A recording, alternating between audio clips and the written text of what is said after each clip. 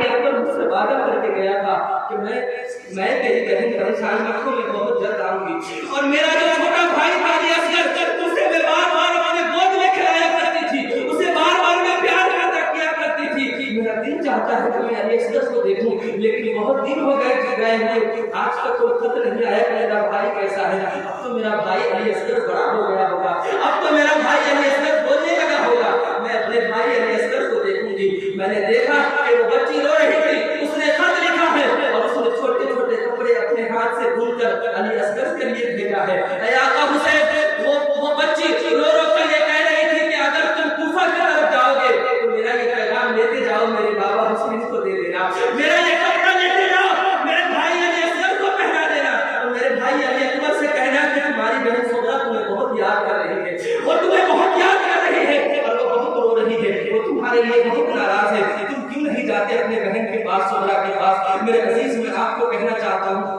جب وہ کپڑا دیا گیا حضرت امام حسین کو تو کہا کہ یہ صغرا نے علی اصغر کے لیے بھیجا ہے، لیکن آقا حسین جب وہ کپڑا دیکھتے ہیں تو آپ کبھی کپڑا کو دیکھتے، کبھی ایک نظر علی اصغر کو دیکھتے علی اصغر کو شہادت کا جام کی دیا۔ علی اصغر نے تو یزیدیوں کا پانی نہیں پیا، بلکہ علی اصغر نے یہ کہا کہ بابا میں یزید ولید کے ہاتھ سے میرے فرات کا پانی نہیں پیوں گا، میں تو نانا جان کے پاس سے ابے کوثر کا پانی پیوں گا۔ سبحان اللہ سبحان اللہ سبحان اللہ۔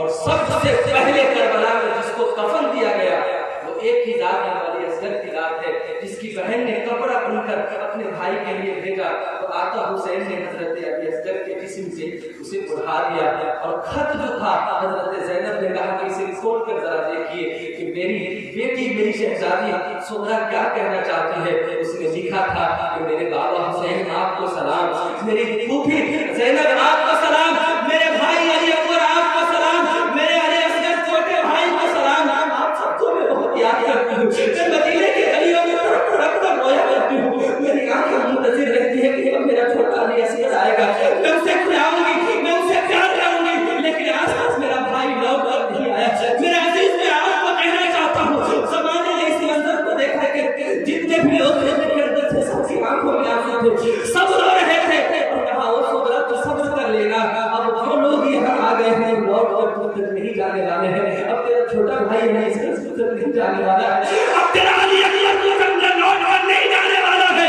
آخری گھڑی آ گئی، یزیدیوں نے کہا کہ حسین اب تاخیر مت کیجیے، اب آپ بھی میدان کارزار میں آ جائیں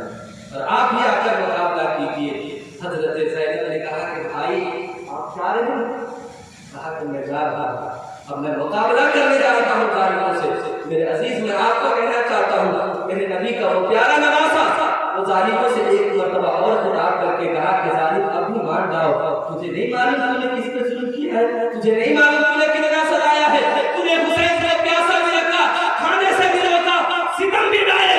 لیکن اب بھی حسین کہتا ہے کہ اب بھی تو حسین کی بات مان لے گا، تو حسین اس بات کی گارنٹی لیتا ہے کہ نانا جان سے تیری سفارش کر کے تجھے بخشوا کر جنت تک لے جائے گا۔ سبحان اللہ۔ لیکن آقا حسین گئے، نانا کا امامہ باندھا، بابا جان کی تلوار لی، اور ماں فاطمہ کی چادر آپ کے کمر میں تھی، اور آپ میدان کارزار کی طرف نکلے، ظالموں سے مقابلہ کیا، لڑے ظالموں سے۔ ایک بھی ظالم کے اندر یہ ہمت نہیں تھی کہ تنہا حسین کی طرف آئے، لیکن میرے عزیز، ظالم نے کہا کہ ایسا کرو، حسین اعظم ہے وہ، ایک ساتھ جاؤ مقابلہ کرو۔ اور میرے عزیز، میں آپ کو کہنا چاہتا ہوں، چاروں طرف سے ظالموں نے تیر برسائے، نیزے مارے، تلوار کے وار کیے، آقا حسین زخمی ہو گئے۔ آقا حسین کے جسم سے خون کے فوارے نکل رہے تھے، لیکن ایک وقت ایسا آتا ہے میرے آقا حسین کہتے ہیں ظالم اب رک جاؤ، جمعہ کا دن ہے، کربلا کی طرف کی ریت ہے، دھوپ ہے، گرم ریت ہے، لیکن اے ظالموں، حسین اعظم تم سے لڑنا نہیں چاہتا ہے، بلکہ حسین یہ چاہتا ہے کہ آخری مرتبہ اپنے رب کو سجدہ کرے۔ سبحان اللہ سبحان اللہ۔ آج حسین پاک سے محبت کرنے والے، حسین اعظم کے نام کے نعرہ لگانے والے، لیکن میرے آقا حسین سے محبت کرنے والے تو ہیں،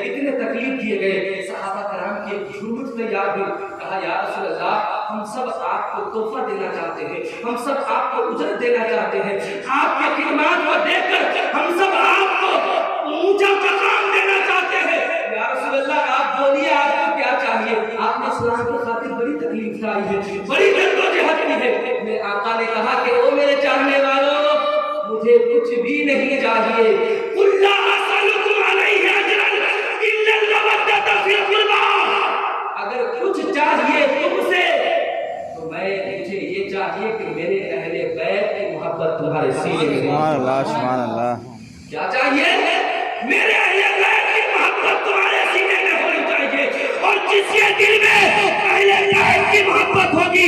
قیامت تک وہ کبھی بھی راستہ بھٹک نہیں سکتا ہے، اس کا راستہ کبھی بھی الگ نہیں ہو سکتا ہے۔ تو جس کے دل میں حسین کی محبت ہوگی، جس کے دل میں علی کی محبت ہوگی، اس سے پیار کرنا اور اس کو اپنا بھائی سمجھنا، انشاءاللہ تعالی تم دنیا کے اندر بھی کامیاب رہو گے، تم آخرت کے اندر بھی کامیاب رہو گے۔ افضل ہے دل جہاں میں گھرانہ حسین کا، نبیوں کا تاجدار ہے، نانا حسین کا ایک پل کی تھی بس حکومت یزید کی، صدیہ حسین کی ہے، زمانہ حسین کا۔ انشاءاللہ تعالی پھر کبھی موقع ملا تو آپ کی دیار محبت میں ضرور آؤں گا۔ بتباز بشریت کہنے میں کوئی غلطی ہو گئی ہو، آئیے سبھی حضرات